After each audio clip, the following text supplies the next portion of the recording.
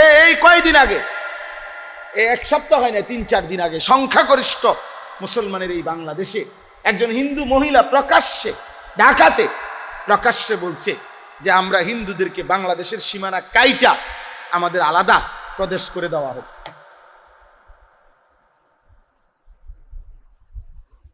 আমাদের বাংলাদেশের, আমরা যদি কোনো মুসলমান বলি এখন এই কথা, আমাকে কলজাটা খুলে লাগবে, কলজাটা খুলে দেবে। 48টা দেশের পতাকা লাগাইতে কোনো অসুবিধা হয় নাই, কিন্তু কালেমার পতাকা লাগাইছে 4 ঘন্টার ভিতরে নামাইয়া ফেলছে। আস্তে আস্তে আস্তে, এটা রাজনীতির হিসাব করি না আমি, আমার ঠিক এর দরকার নেই, আমার বোঝা দরকার। আমি রাজনীতির মানুষ না, আমি আওয়ামী লীগ বিএনপি বুঝি না, আমি জামাত ইসলাম জাতীয় পার্টি বুঝি না, আমার ব্যাপারে সবাই জানে। কিন্তু আমি বুঝাইতে চাই, ট্রেনের লাইন,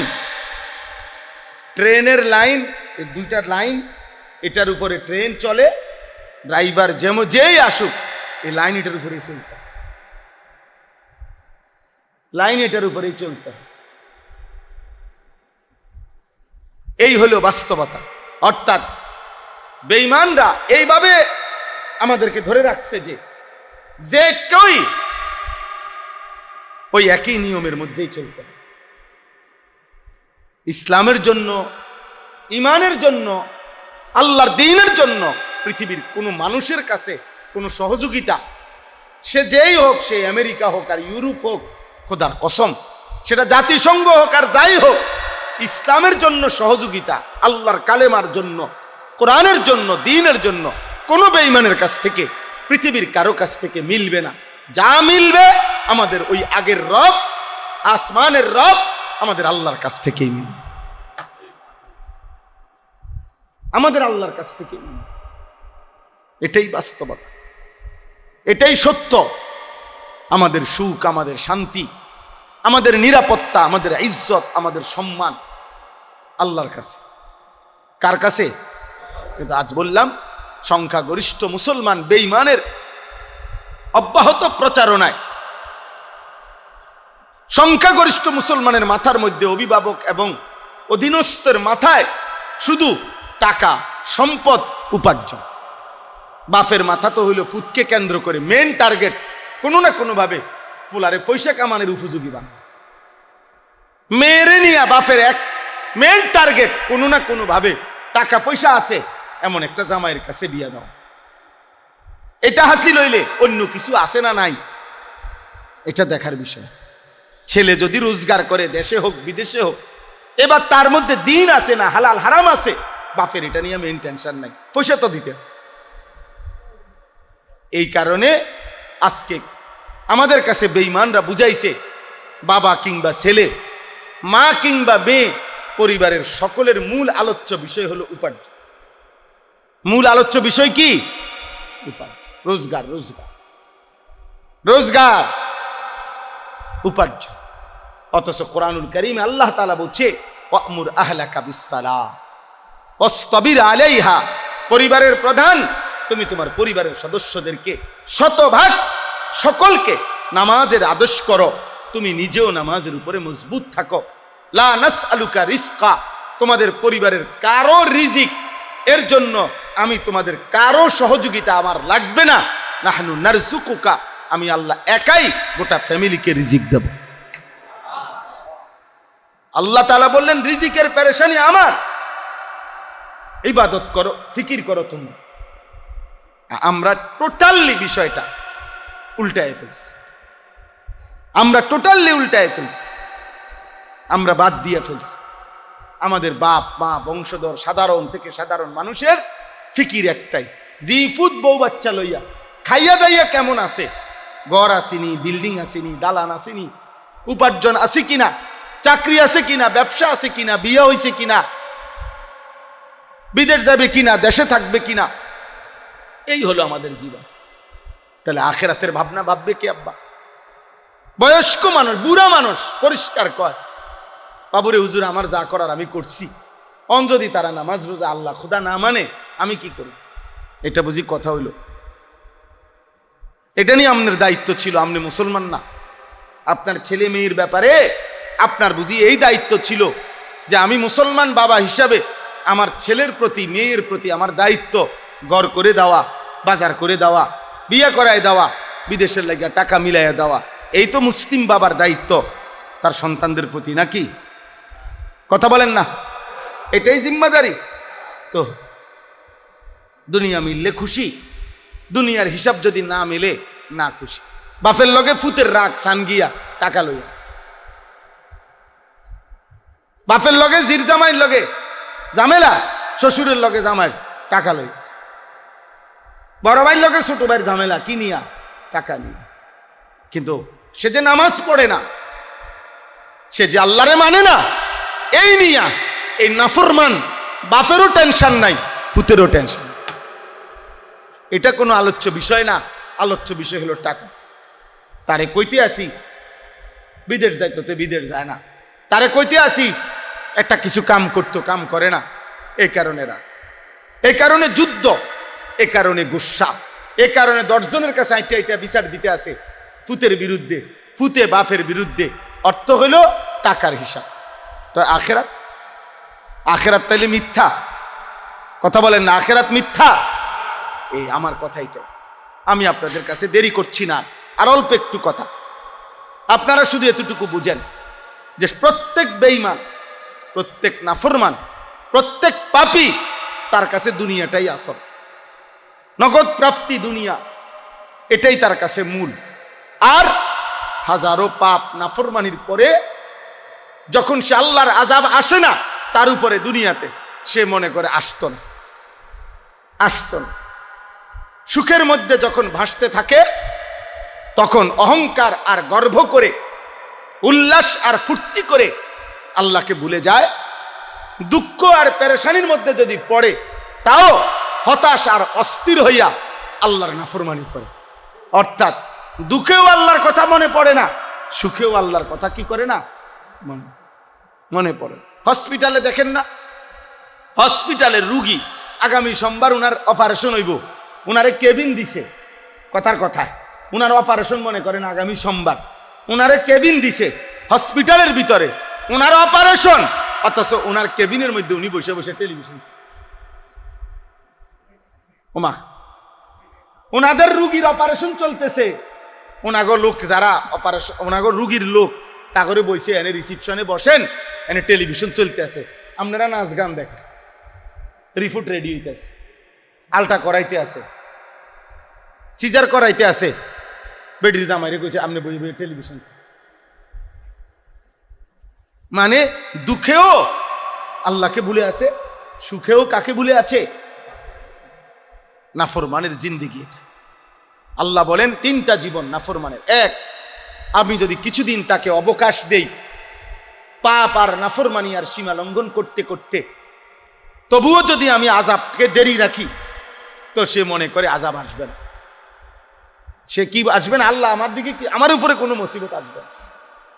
আর 2 নাম্বার হলো, আমি যখন তাকে অনেক দিনের সুখের পরে কখনো দুঃখ মুসিবত দেই, সে হতাশ হয়ে পড়ে, আমি আল্লাহর নাফরমানি করি। আবার আমি যদি দুঃখের পরে আবার সুখ দেই, এবার কয় যাক ভাই বিশ্বাস করেন 15টা দিন বেশি একটা ঝামেলাতে ছিলাম, এই একটা ফ্যাঁসফুস লাগিয়ে গেছিল, হ্যাঁ মাইয়াটার সিজার, একেবারে ঘুমা ছিল না, মাথা হুঁশ নাই, আজ যাক কয়টা দিন, এখন যাক, এখন আর কোনো ঝামেলা নাই, সব সমাধান হয়েছে, সব সমাধান হয়েছে। কিন্তু 15 দিন আপনার সুখের আইসা পড়ছে, আবার মানে দুঃখ শেষ হয়েছে, তো আবার আগের মতো নাফরমান। সুখেও আল্লাহকে মনে নাই, দুঃখেও কাকে মনে নাই? আল্লাহকে মনে নাই। আর লাগাতার নাফরমানির পরেও যখন দেখে কোনো মুসিবত আসতেছে না, তো মনে করে আমার উপরে কি আসবে না, আযাব আসবে। আল্লাহ তাআলা বলেন এই সবগুলো হলো বেঈমানের আচরণ, নাফরমানের আচরণ। আর তার বিপরীতে আমার ইমানদার বান্দা সুখেও আমার হুকুমের উপরে সবর করে, দুঃখেও আমার হুকুমের উপরে সবর করে, সুখেও আমার আমল করতে থাকে, দুঃখেও আমার আমল করতে থাকে। আমি ওয়াদা দিলাম আমার এমন প্রিয় বান্দার জিন্দেগীর সব গুনাহ আমি মাফ করে দেব, আখিরাতের জান্নাত আমি তারে দিয়ে দেব। এই কথা শেষ, এই 4 আয়াতে এই কথা। এবার তর্জমা বলি, তাইলে কথা শেষ। এই 4টা আয়াতের বক্তব্য, প্রথম 3 আয়াত নাফরমানের বর্ণনা, শেষের আয়াতটা ইমানদারের বর্ণনা। এবার শুনেন, আমি বলি তাহলে বুঝবেন। ওয়ালা ইন আখারনা আনহুমুল আযাবা ইলা উম্মাতিম মা'দুদা ইলা আজালিম মা'দুদা। এখানে উম্মাহ শব্দের অর্থ হলো আজাল।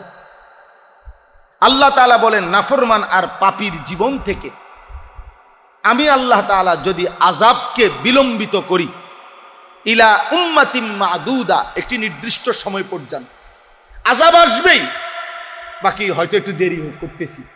কারণ আল্লাহ কোরআনে বলছে ইন্না আযাবা রাব্বিকা লাওয়াকি, তোমার রবের আযাব পাপের কারণে আসবেই আসবে। লাইসা লাহু মিন দাফি', সে আযাব কেউ ঠেকাইতে পারবে। আজ না হোক কাল, কাল না হোক পরশু, 10 বছর না হোক 70 বছর, 70 বছর না হোক 100 বছর, 100 বছর না হোক কবর, কবর না হোক হাসরের মাঠ, হাসরের মাঠ না হোক জাহান্নাম। বেঈমান, তোর আযাব তোকে ভোগ করতেই হবে। আল্লাহ তাআলা এটা ফয়সালা। ওয়ালাকিন হাক্কাল কাউলু মিন্নি লাআমলাআন্না জাহান্নামা মিনাল জিন্নাতি ওয়াল ইনস মিনাল ওয়ান নাসি মিনাল জিন্নাতি ওয়ান নাসি আজমাইন। ওয়ালাকিন হাক্কাল কাউলু মিন্নি, আল্লাহ বলেন আমার ফয়সালা লিখিত চূড়ান্ত হয়ে আছে যে আমি আল্লাহ সর্বশেষ হলেও পাপী নাফরমান জিন আর মানুষ দিয়ে জাহান্নাম আমি নিজে পূর্ণ করবই করবই। চোর, ডাকাত, জুয়ারি, মদখোর, নেশাখোর, নারী লুবি, বেনামাজির, বেঈমান, আজ না হোক কাল তোকে এর প্রায়শ্চিত্ত করতেই। এত রং বুঝছো না আব্বা? হ্যাঁ, এত রং বুঝছো না? মা কই, আমার মা দে কিছু কয় না, মা তোমারে ডরায়, তো বাবাই তো আমারে কই কিছু কয় না। পারে নাই আর তোমার আব্বা, তোমার ডাকাইতের মতো চুল দেখা তোমার 16 বছর বয়সে তোমার বাপে ভয় পায়। বুঝে যে যেই জানোয়ার বানাই রাখছে চেহারা সুরত, এই জানোয়ারে ডাকে লাভ নাই, বাদ্যুগা খাইতে এসে ভাত খাওয়াই দেয়। সমাজের মুরব্বীরা,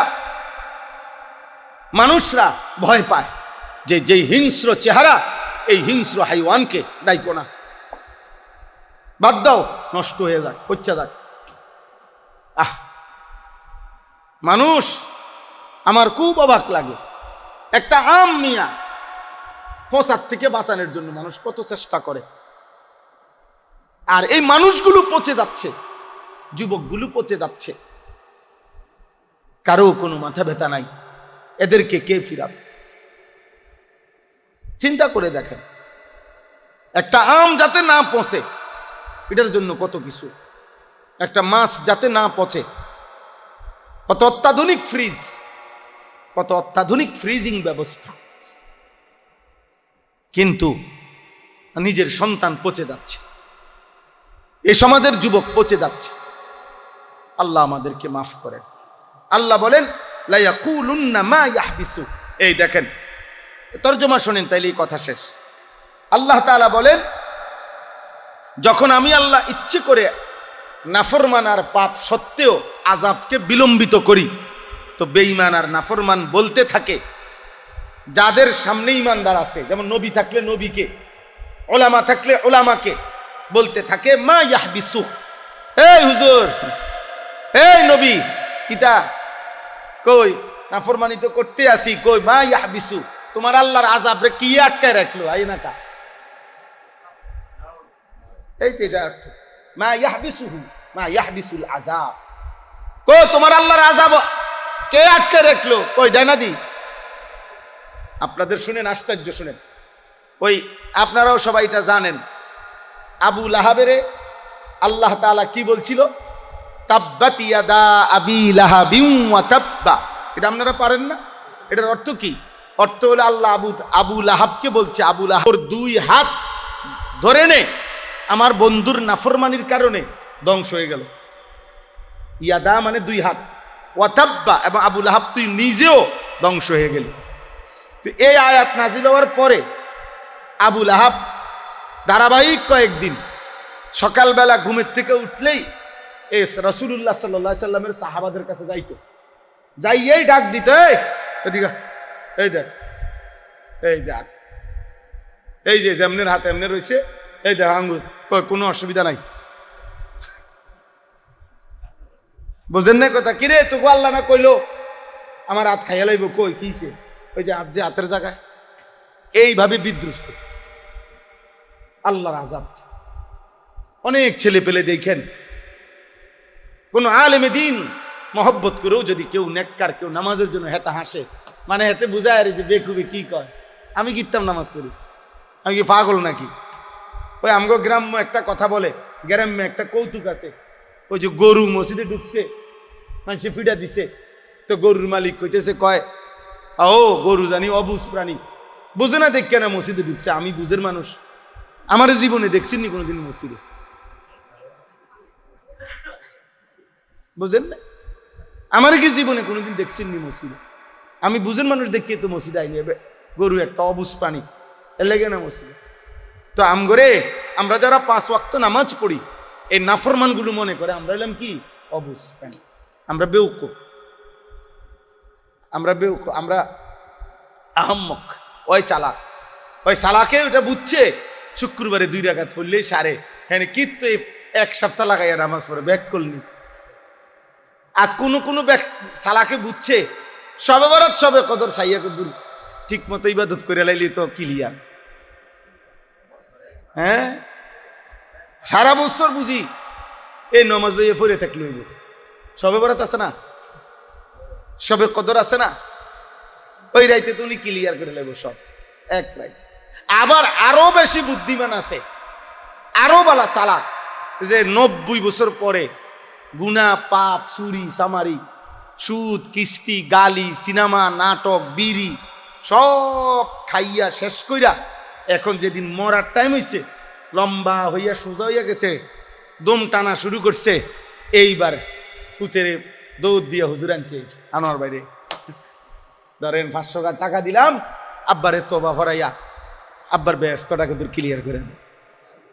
বাহ সুবহানাল্লাহ, মাত্র 500 টাকা দিয়া আল্লাহর রহমতে 60 বছরের সমস্ত বাটফারি ক্লিয়ার,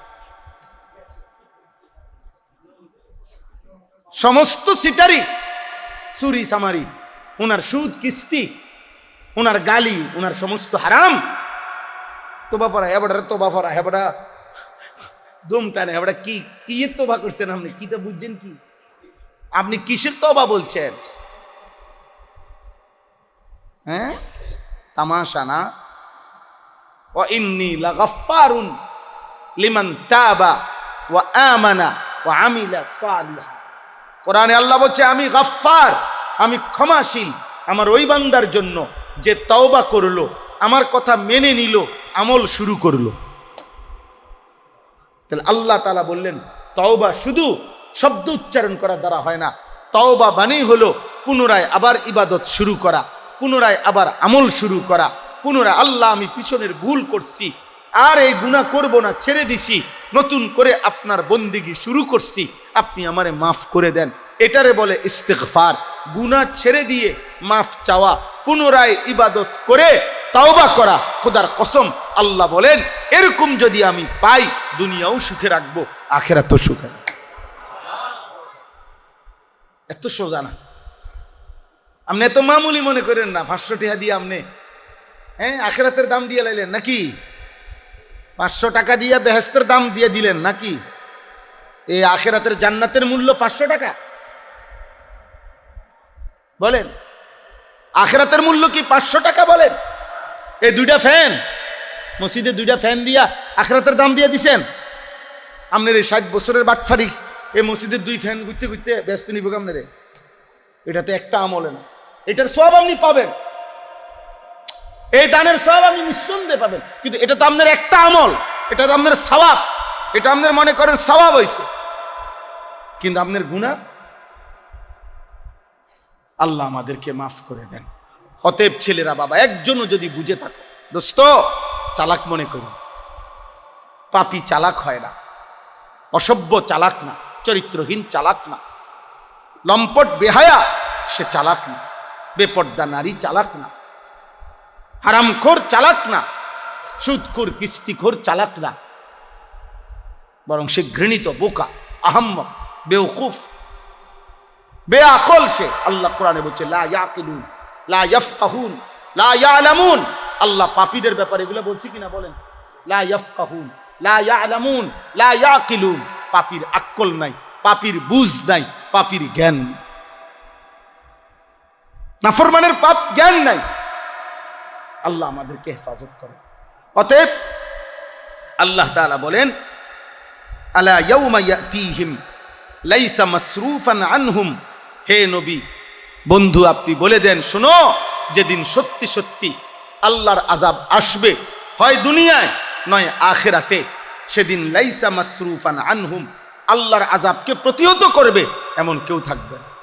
মা লাহু মিন দাফি ওয়া হাকা বিহিম মা কানু বিহি ইস্তাহজিউন। আল্লাহ তাআলা বলেন, যেই আযাবকে নাফরমান ঠাট্টা করছিল, তুচ্ছতাচ্ছিল্য করতেছিল, একদিন সত্যি সত্যি বন্ধু আমি আল্লাহ বলতেছি, বলে দেন, সেই আযাব তাদেরকে ঘিরে ফেলবে, সেই আগুন তাদেরকে কি করে ফেলবে? ঘিরে ফেলবে। এরপরে আল্লাহ বলেন ওয়ালা ইন আযাকনাল ইনসানা মিন্না রাহমাতান। আল্লাহ তাআলা বলেন, শোনো আমার নাফরমান বান্দা কেমন হয়। আমার নাফরমান বান্দা দীর্ঘদিন সুখ ভোগ করার পর আমি আল্লাহ তাআলা তার উপরে যে দয়া করতেছিলাম, সুস্থতা, যৌবন, সক্ষমতা, এগুলো যখন আমি কোনোদিন সুম্মা নাযা'না মিনহু, যদি কখনো তার থেকে ছিনিয়ে নেই কিছু সময়ের জন্য, সুস্থতা যদি সরায়ে ফেলি, নিরাপত্তা যদি সরায়ে ফেলি, ঠিকমতো সবকিছু যদি আমি তাদের থেকে সরিয়ে ফেলি, ইন্নাহু লায়াউসুম কাফুর, সাথে সাথে এই নাফরমান হতাশ হয়ে পড়ে, হাত পাও ছাইড়া দেয়, আর কাফুর, আমি আল্লাহর নাফরমানি করে। খোদা, আর লোক পাইলা না, মুসিবত বুঝি আমার কান্দে আইলা। এই অভিযোগ করলো কাকে? অভিযোগ করলো আল্লাহকে। হতাশ হয়ে না, যেই বিপদ আইছে ভাই, মনে হয় না আর ঠিক না, আর ঠিক। আশ্চর্য, একবারও আল্লাহর নাম বলে না, আল্লাহকে ডাকে না। আল্লাহ তাআলা বলেন, এই নাফরমান দুঃখে, সুখের পরে যখন দুঃখ আসে, হতাশ হয়ে যায়, আমি আল্লাহর নাফরমানি করে। ওয়ালা ইন আযাকনাহু, এই 3 নম্বর আয়াত, ওয়ালা ইন আযাকনাহু না'মা বা'দা দাররা মাসাতহু। আবার দীর্ঘদিন আযাব, মুসিবত, পেরেশানি, বিপদ ছিল, সেটা যখন আমি সরিয়ে আবার পুনরায় তাকে আমি নেয়ামত দেই, সুখ দেই, তো এইবার সে বলে ওঠে লা ইয়াকুলান্না, এই বেঈমান এবার বলে কি, যাহাবাস সাইয়্যাতু আন্নি, ভাই কিছু যায় ঝামেলা ছিল, সব দূর হয়ে গেছে, এখন ক্লিয়ার। আমি কয়দিন আগে একজন জিজ্ঞাসি, ভাই আমি চিনি উনারে, একটু পেরেশানিতে ছিল, যায় ঝামেলা, মামলা সামলা, হামলা, অনেক ঝামেলায় ছিল। আমি বললাম, এই দিন দেখা হয়েছে, আবার বললাম কি অবস্থা এখন? হুজুর মোটামুটি গুছাই নিছে, মিলাই নিছে, আর মিলাই নিছে, বুঝেন না কথা? হ্যাঁ, এখন নতুন যারা, তাদের সাথে পুরাতন মিলাই নিছে। ঠিক আছে ভাই, এখন আপনি খান, আগে তো আমি খাইছি। হ্যাঁ, বুঝেন নাই হিসাবটা? আগে আমি সামনে ছিলাম, আপনি পিছে আসিলেন, এখন আপনি সামনে থাকেন, আমি পিছে আছি, মিলাই নিছি। আস্তাগফিরুল্লাহ। আহা, আল্লাহ তাআলা বলেন, ইন্নাহু লাফারিহুন ফাখুর। নাফরমান আবারও পুনরায় সুখ পাইয়া উল্লাস করে, ফারিহুন আর ফাখুর, অহংকার করে, আবার আমাকে ভুলে যায়, মনে পড়ে না আমি আল্লাহ। তাহলে আল্লাহ তাআলা বলেন, দুঃখেও বেঈমান আমাকে মনে করে না, সুখেও বেঈমান আমাকে কি করে না, মনে করে। শেষ আয়াত, ইল্লাল্লাযীনা সাবারু ওয়া আমিলুস সালিহাত। তবে আমার যেই সকল বান্দা সকল অবস্থায় সবর করে, সুখে কিংবা দুঃখে, আনন্দ কিংবা বেদনা, সর্বাবস্থায় যারা সবর করে। সবর মূলত অর্থ হইল, আমরা যদিও বুঝি যে সবর শব্দের অর্থ ধৈর্য, আসলে সবরের প্রধান অর্থ হইল আল্লাহর বিধানের উপরে মজবুত থাকা। অর্থাৎ আমার দ্বারা গুনাহও হবে না, আমার দ্বারা আমলও ছুটবে না, এই মজবুতির সাথে টিকে থাকা আল্লাহর হুকুমের উপরে, এটাকে বলা হয় মূলত সবর।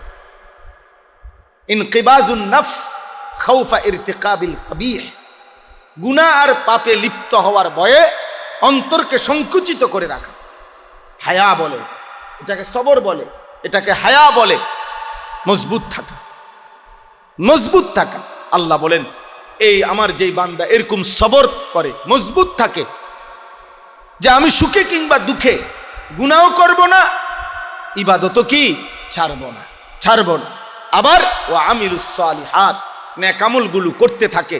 আল্লাহ বলেন উলাইকা লাহুম মাগফিরাতুন ওয়া আজরুন কাবীর, আমি আল্লাহ তাআলা তাদের জিন্দেগীর সমস্ত গুনাহ মাফ করে দিব এবং আজরে কবীর, সর্বশ্রেষ্ঠ বিনিময় জান্নাত দিয়ে দেব, জান্নাত দিয়ে দেব। এজন্য আমার ভাই, আমরা মুমিন, আমরা মুসলমান, আমরা ঈমানদার, আমাদের আল্লাহ আছে, আমাদের নবী আছে, আমাদের কোরআন আছে, আমাদের ধর্ম আছে। আমরা বিশ্বাস করি, ইয়াকিন করি, সুখে কিংবা দুঃখে আল্লাহর পক্ষ থেকে। আমি যখন হাসি তাও আল্লাহর পক্ষ থেকে, আমি যখন কাঁদি তাও আল্লাহর পক্ষ থেকে। আমার যখন সুস্থতা তাও আল্লাহর দান, আমার যখন অসুস্থতা তাও কার ইচ্ছা? আল্লাহর ইচ্ছা। আমার লাভ হইতেছে আল্লাহর ইচ্ছা, আমার লস হইতেছে আল্লাহর ইচ্ছা, আল্লাহর ইচ্ছা। হযরত আইয়ুব আলাইহিস সালাম 70 বছর সুখে আল্লাহর ইবাদত করছে, 18 বছর দুঃখে, রোগে, যন্ত্রণায় আল্লাহর ইবাদত করছে। তো 18 বছর পরে যখন সুস্থ হয়েছে, আইয়ুব আলাইহিস সালাম আল্লাহকে জিজ্ঞেস করছে, কিতাবে আছে যে হে মহান আল্লাহ, আয় আল্লাহ আপনি 18 বছর ধরে একটানা আমারে এ কষ্টে, মুসিবতে, রোগে রাখলেন কেন? এমনি জানতে চাইছে। আল্লাহ তাআলা বলছে, আইয়ুব আমি দেখতে চাইছিলাম সুখের সময় 70 বছর তুমি আমারে যেমন ডাকছো, দুঃখের সময় তুমি আমাকে ডাকো কিনা। আমি সাক্ষী দিচ্ছি আইয়ুব, তুমি সুখেও আমাকে ডাকছো, দুঃখেও আমাকে ডাকছো। কিন্তু তোমার প্রশ্ন, দুঃখ আমি তবুও এতদিন দিলাম কেন? তো আল্লাহ তাআলা বলছে, আইয়ুব সুখের সময় 70 বছর তুমি আমারে ডাকছিলা, আমি অভিযোগ নাই আমার তোমার প্রতি, কিন্তু বিশ্বাস করো আইয়ুব, আমার জাতের কসম, আল্লাহ বলছে 70 বছর সুখের সময় আমারে যে তুমি ডাকছো, 18 বছর দুঃখ আর যন্ত্রণার রোগের সময় আমারে যে তুমি ডাকছো, আল্লাহ পাক বলেন আমার জাতের কসম আইয়ুব, দুঃখ আর বেদনা, রোগ আর শোকের সময় আমারে যে ডাকছো, এই ডাকে আমি বড় বেশি। 70 বছরের ডাকের চাইতে অসুস্থতার 18 বছরের ডাকে আমি আল্লাহ মজা পাইছি বেশি, আমি মজা পাইছি বেশি। আমি তোমার সুখের ডাকও শুনছি, দুঃখের ডাকও শুনছি, কিন্তু আমার দুঃখ ভরা, বেদনা ভরা ডাক আমার ভালো লাগছে বেশি। এই জন্য আমি তোমার দুঃখের ডাক শুনতে চাইছি, এই জন্য এত লম্বা তোমারে দুঃখে রাখছি।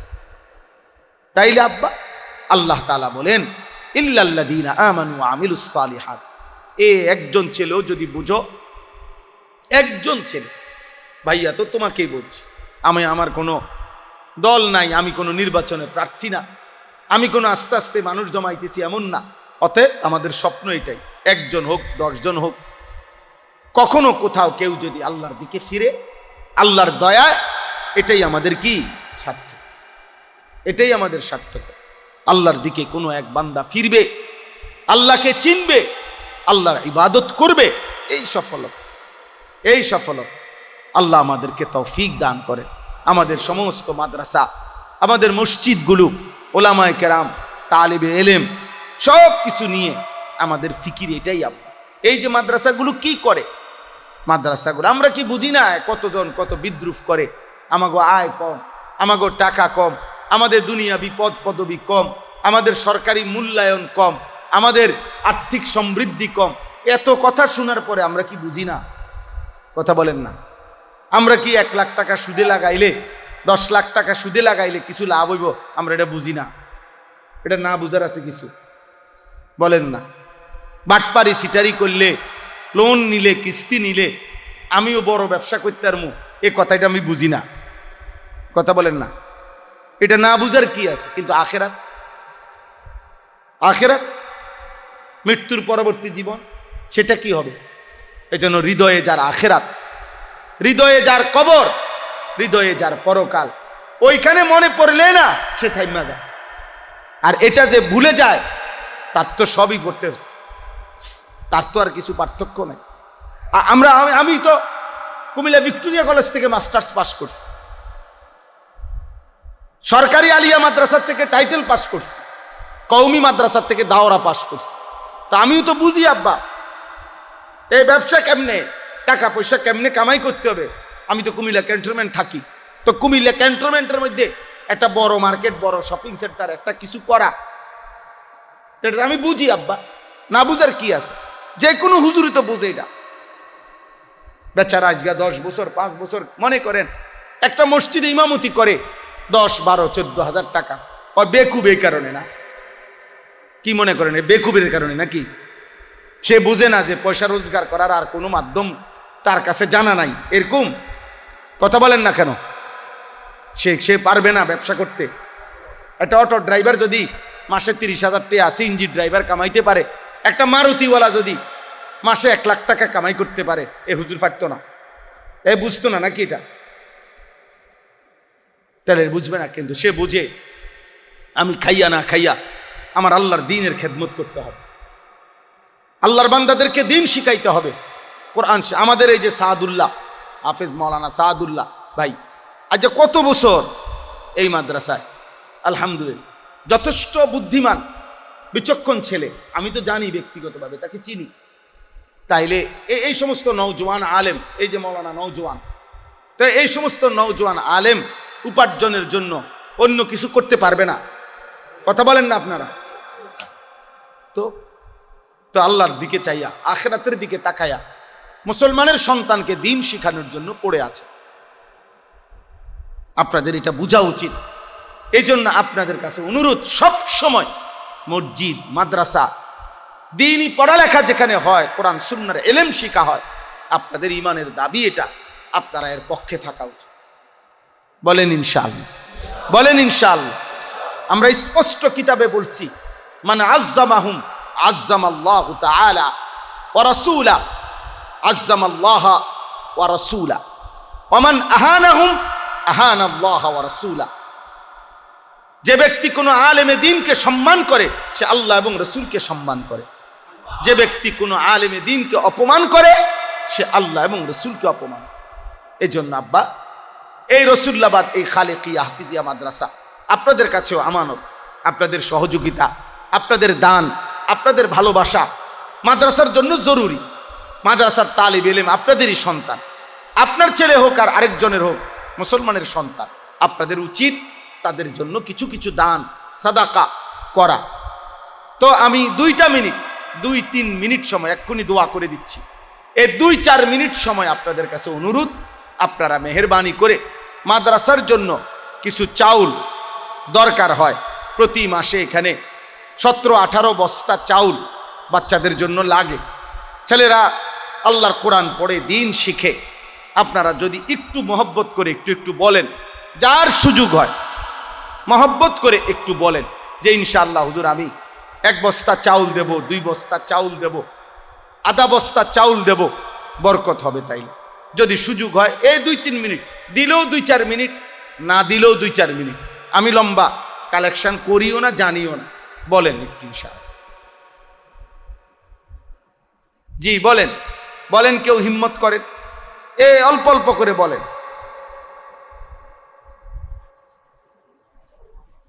হ্যাঁ, ফেরদাউস, মাশাআল্লাহ, আমাদের ফেরদাউস ভাই নবীনগরের বিশিষ্ট ব্যবসায়ী, আমাদের কালঘরার 1 বস্তা চাউল দিবেন, মাশাআল্লাহ। আর কেউ? আব্বা কি নাম? ইউসুফ ভাই, মাশাআল্লাহ, ওনারা 2 দোস্ত মিলে। ওই ভাই নাম কি? বিজয়। হ্যাঁ, 3 বস্তা চাউল দিবে, আল্লাহ কবুল করেন। চাচা 1 বস্তা, কি নাম চাচা? হাজি ইসমাইল সাহেব 1 বস্তা চাউল দিবেন, মাশাআল্লাহ। আর কেউ বলেন? জি, এই টাকাটা দিছে, কি নাম? মোহাম্মদ আলফি, মাদ্রাসার জন্য 2000 টাকা দিছেন, আল্লাহ কবুল করেন, আলহামদুলিল্লাহ। বলেন দ্রুত, বলেন দ্রুত, এক্ষুনি দোয়া করে দিচ্ছি। বলেন ইনশাআল্লাহ, চাউলের কথাটা বলেন, ফায়দা হবে। তালেবে ইলম খাবার খাবে, আল্লাহ তাআলার কোরআন পড়বে, একটু একটু করে ব্যবস্থা করে দিলে আল্লাহই বরকত দিবে। ঠকবেন না ইনশাআল্লাহ, কেউ ঠকবেন না। দিলে ঠকে না, আল্লাহর জন্য দিলে ঠকে না। কি নাম?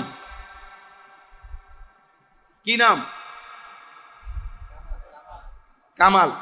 এক বস্তা চাউল। ওইখানে একজন হাত তুলছে, ওই দেখেন। কি নাম ভাইয়ের? হ্যাঁ, বাবুল ভাই। এক বস্তা চাউল, মাশাআল্লাহ। আর কেউ? আর কেউ বলেন ইনশাআল্লাহ। আর কেউ জলদি বলেন। আল্লাহুম্মা সাল্লি আলা মুহাম্মদ ওয়া আলা আলি মুহাম্মদ কামা সাল্লাইতা আলা। তানজিদ ভাই, মাশাআল্লাহ, এক বস্তা চাউল, আল্লাহ কবুল করেন। আর কেউ?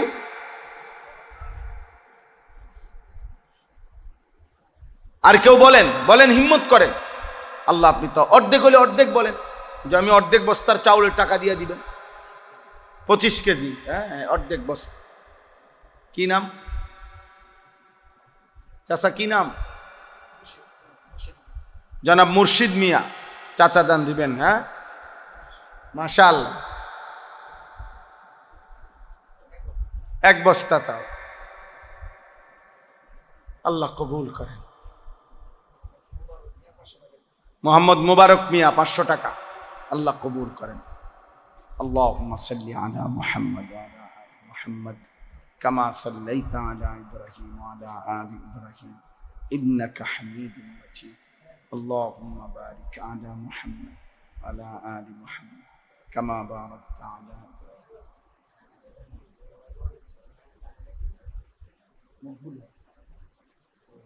আল্লাহ শিফা।